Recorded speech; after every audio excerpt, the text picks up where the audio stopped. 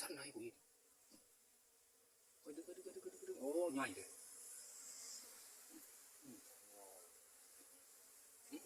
มาต้อนกูเห็นอะไรมันจะขั้น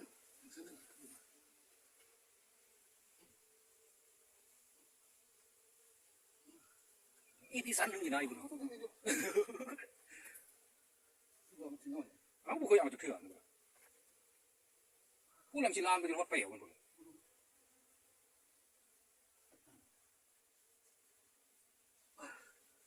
เฮ้ย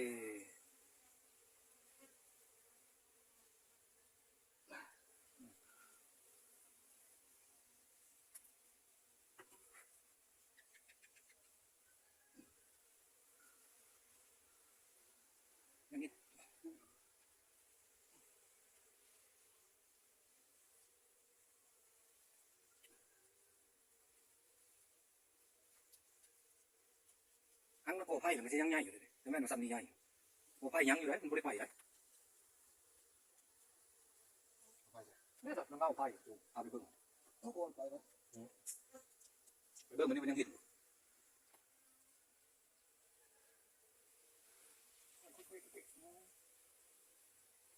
มันละ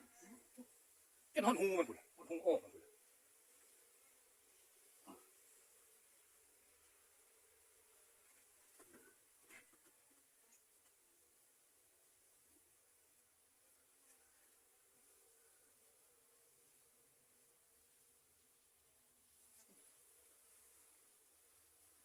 ไม่บอกแล้วก็ถั่วไปเวะมันใส่อ้าวโจมลงมาต้องให้ถึงมือนั่น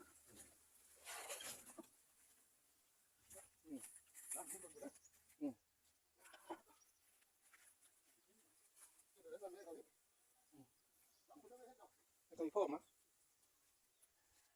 เพิ่งมาอยู่ในกอกไก่หัวน้ำยังเอาไปมืดเลย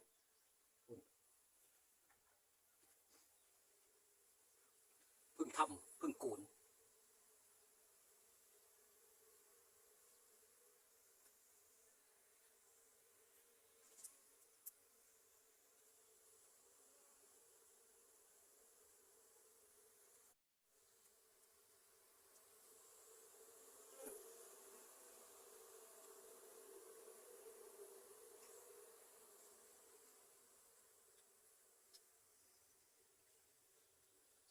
ตะโตไปรอเพิ่งเอามืด